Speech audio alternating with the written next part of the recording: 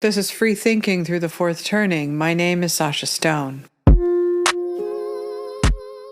A Requiem for America this week. Say It Ain't So. The novel for the week was Brave New World. Matt Taibbi and Walter Kirn were preparing to lead us through it. It was more disturbing and more timely than 1984, another novel in the Outsider Book Club that many of us had become a part of over the last few years, with two of the greatest teachers alive. Welcome to America This Week. I'm Matt Taibbi. And I'm Walter Kirn. Walter, I'm in an undisclosed location outside the United States, so everybody's got to be patient with me today. Are you safe? Are you safe in this undisclosed location? I believe I am. Are you in a place with full diplomatic relations with the United States? I am in such a place, actually. Okay, good. A place that's actually very good on those issues. Okay. And has already confirmed all of my cliche beliefs about this country in a very short period of time. Good. They're all positive. So. Oh, good. Well, I hope it's Hungary then. Place with my ancestors, but I won't press you. I'm in a place that has poor diplomatic relations with the United States. Is Washington, it the United D.C., States? across from the White House. I can look out the window to my left and see the construction cranes flying American flags that will someday complete a beautiful ballroom on the side of the White House. Yeah. Excellent, which will be torn down by a subsequent president. Right. Many conspiracy theorists believe this ballroom is, of course, a ruse to conceal a giant world-eating AI computer that will be buried beneath Washington, D.C. and control our affairs for the next millennium. Wait, do people actually believe that? Oh, yeah. Really? They're like, yeah, ballroom, right. Yeah, the ballroom is the dance floor on top of the giant data center that it was going to, control nuclear exchanges and, earthquake machines and other futuristic weaponry. Oh, my God. This country's awesome. As you say, I don't think this line is getting enough play.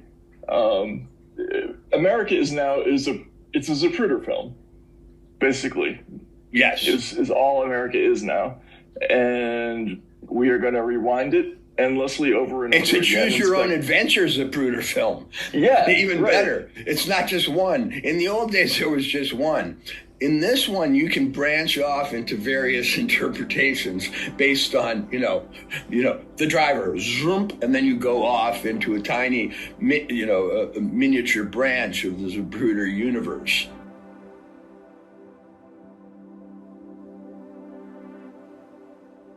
How lucky we were, I always thought, every time they dug into a new book. Culture has dramatically changed. It has become exclusive rather than inclusive, despite how they would describe themselves. Matt and Walter on America This Week filled a deep, dark, and dry well for thirsty people, in need of the kind of observations of human behavior, fearlessness, and wit we used to get from great writers of the past. You can partake of the culture now, but you have to be a true believer if you want in. You have to love Big Brother, or at least have learned how to keep silent enough so that no one ever notices. Matt and Walter, two dissidents from the decaying dystopia our culture has become, we're never going to play that game. They gave us so much just by taking us back to a time when writing was brilliant and thinking was essential. The funny thing about Orwell is that these are all farm animals. None of them went to Hotchkiss. In other words, none of them are actually, infiltrators from the upper classes and not really animals. That's the mind-bending part of this current predicament. In this one, they're all actual farm animals with a legitimate grievance, which is that they're sent off to slaughter. They're fed just enough so that they can work to death. Yeah. They're worked to death. You sympathize with them. And the farmers are drunk. Absolutely. And look, there's probably a reference here to the real world progression of the Russian Revolution, right? Lenin's will, his testament, the dying revolutionary leader, reportedly told, Right. Right. So there's a hint of that in this, which is that Major's dream is going to become the sacred text of the movement, much in the way that the sort of post-Lenin history of the Soviet Union was a lot about reading the doctrine of Lenin's words, or making this or that mean support for future programming. But what you said about the essential point, I think, was summed up in this part of Major's speech, which is where he says, "Is it not crystal clear then, comrades, that all the evils of this life of ours spring from the tyranny of human beings?" Right.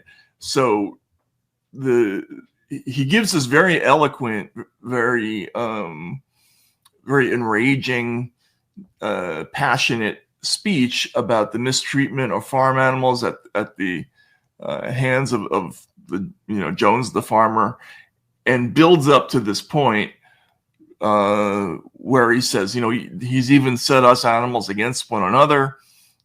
We have to realize our common interests, and once we do, we will be free. Once we realize that there is an oppressor that we can be rid of, then we can finally be free and graduate into a higher form of existence.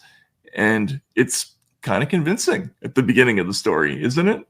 Well, you see, we're looking at it now with knowledge of what it's about, and adult educations and so on. But as a kid, when I read it, and not knowing what was coming, I remember thinking, this is going to be a book about success. It didn't seem like a doomed experiment.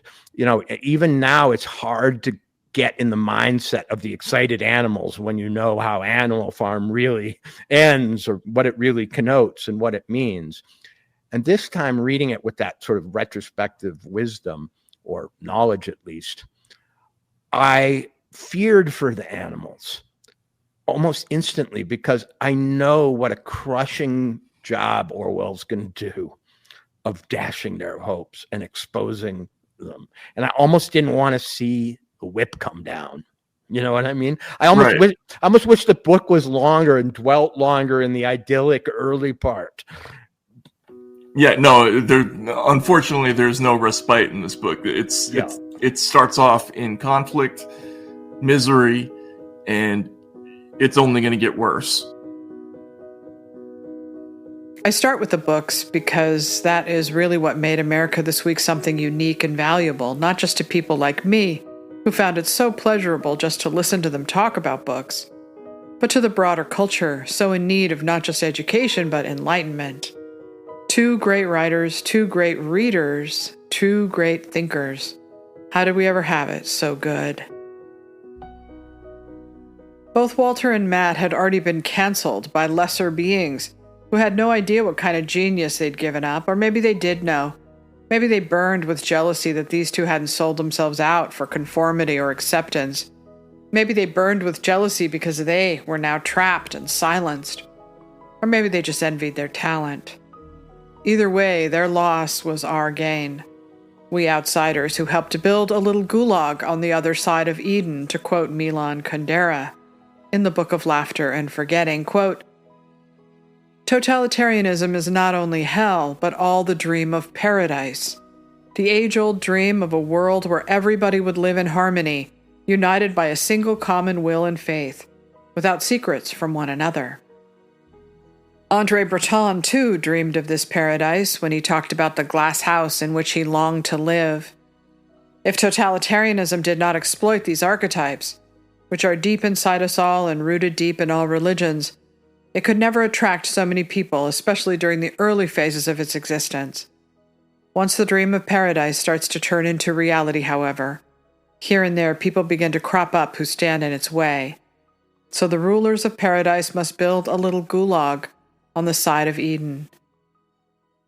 In the course of time, this gulag grows ever bigger and more perfect, while the adjoining paradise gets even smaller and poorer. End quote. Our little gulag was disrupted on Monday when Matt Taibbi appeared alone, and it must be said, in the spirit of truth, a little shaken. Welcome to America This Week. I'm Matt Taibbi, and apparently this is the last episode of this show, as I've just discovered,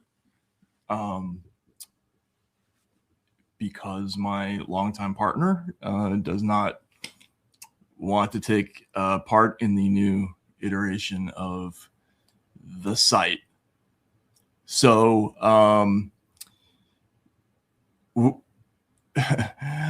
to have to write an explanation, not so much about the back and forth, but just to clarify the coming schedule. We were going to have no more live broadcast on Monday and just have a taped show that would come out on Friday. But that is not going to take place anymore. You know, this isn't the kind of thing where I'm stepping away to take more time off. I just think that this is a better way to structure things, and it's a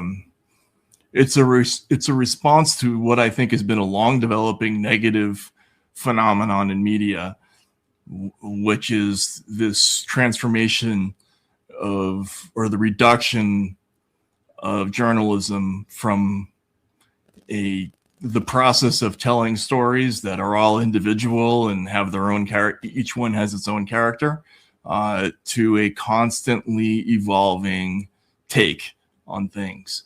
I'm done with takes. As I put it in the piece today, I hate takes so much, I'm willing to spend $1 million never to give one again. So this is the end of takes. We'll find something to I guess, recreate some kind of visual presence on the site. I'm sorry that Walter feels the way he does. He's a great friend of mine. I've really enjoyed talking to him. I've really enjoyed talking to him with all of you. But, you know, people feel how they feel, and that's something that has to be respected. But anyway, as sad as this is on a personal level, I think this is a good day for the site. It's a good day for Racket. And, you know, all I can say is keep checking in here. We'll find something to recreate and reconnect with audiences in the way that America This Week did. It's sad in the sense that I think we all had a lot of fun here. Walter was a unique partner for podcasting and as a co-host, because he and I had the same sense of humor. We enjoyed the same things. We liked the same books for the most part, and all that's going to be sad to not do anymore. But life goes on, and this is the beginning of something, not the end of something. And, you know, where one thing ends, there's opportunity for more. So, sorry, folks, about the show today. But hopefully we'll be able to announce something in the near future that can take the show's place. And farewell, Walter, and hasta la vista. I'm sorry you feel the way you do. Thanks, everybody, for hanging out. And, you know, stay tuned to Racket and watch for announcements, both from me and from our new editor-in-chief. And I'll talk to you soon. All right. Thanks, everybody. Take care. He made his way through the video to explain why Racket was now changing and why Walter suddenly vanished. If there is one thing I know about Walter and Matt, despite their own protestations to the contrary, they are gentlemen. Neither would ever throw the other under the bus. Here is how Walter explained it on X, quote, "I didn't intend to end America this week, suffice it to say. I'm sorry if that is the impression left by a confusing situation. I've had the time of my life doing the show and hold my friend Matt Taibbi in the highest esteem as one of the greatest journalists of our era. Truth." End quote. And of course, fans of the show were heartbroken. A tweet from Rich Stanbaugh. "I know what this means. I know that America this week isn't interesting without you, Walter. Matt's the news guy. You're the why guy. News is free on the internet. ATW was worth paying for because of the unique formula of you two." And angry from Rhonda Rhodes. "Matt, I just don't want to subscribe anymore without ATW or Walter. It's the high point of my week. I think you saw what Barry Weiss did and you want that. I get it. You're fixing something that wasn't broken." And Matt responds, "I love how everyone sees me spending a ton of money and somehow turns that into greed on my part. I'm not trying to imitate the free press, and ending America this week was not my choice. Apart from that, high marks." Still, here we are, bereft in the middle of Brave New World. I waited before writing anything. I thought maybe this would fix itself. The Beatles will get back together, or the parents who were headed for divorce will reconcile. I thought maybe it's like that scene in Spinal Tap after the dramatic breakup with Nigel Tufnell, where they perform their free-form jazz exploration. "We hope you like our new direction," but that Nigel would be back before the movie was over. I'll tell you what we're going to have to do. Well, Jazz Odyssey. We're not about to do a free-form jazz exploration in front of a festival crowd. You are witnesses at the new birth of Spinal Tap Mark II. Hope you enjoy our new direction.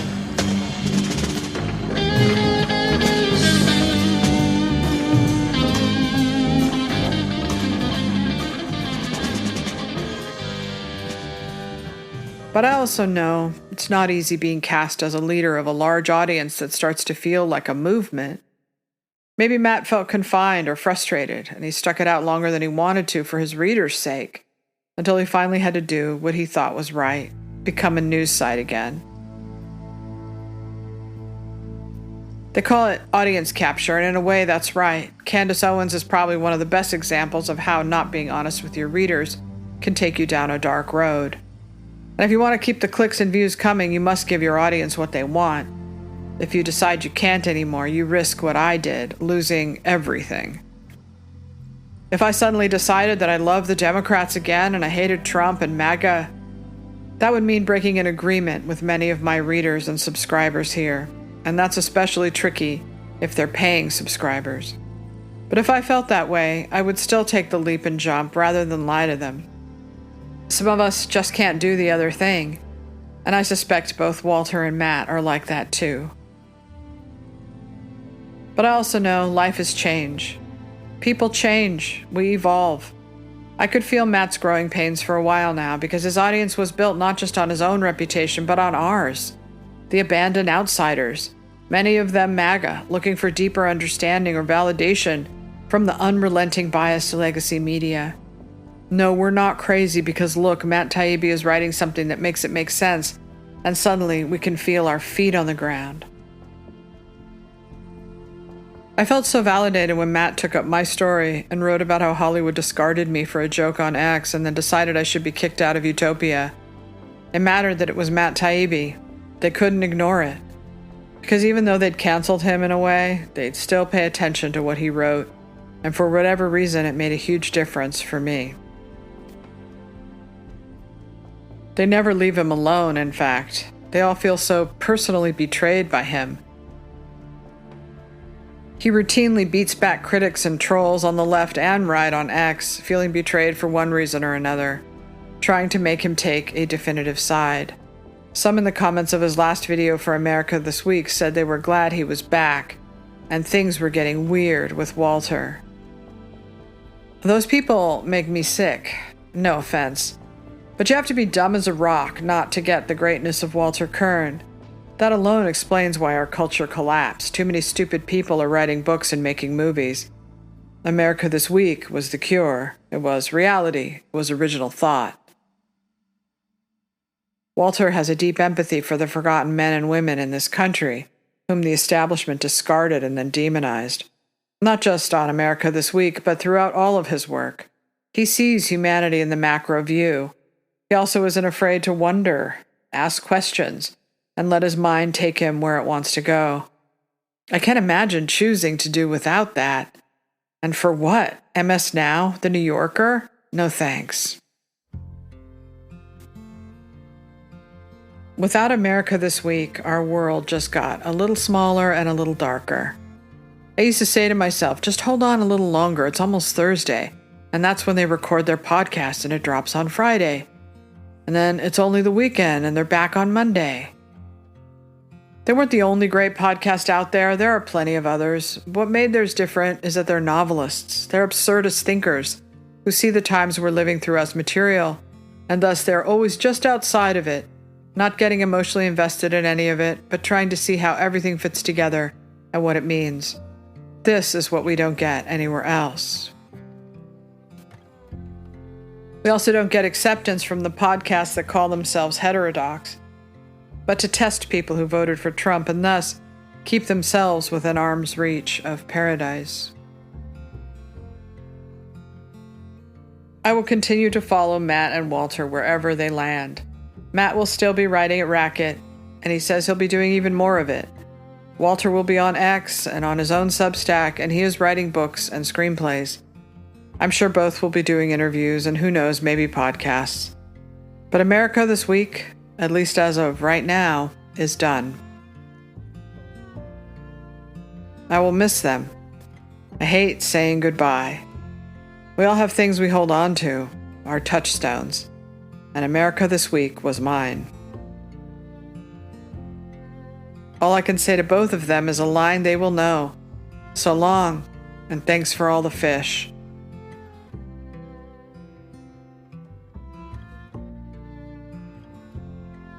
You can find their wonderful podcasts over at Racket and the archive, but also on YouTube.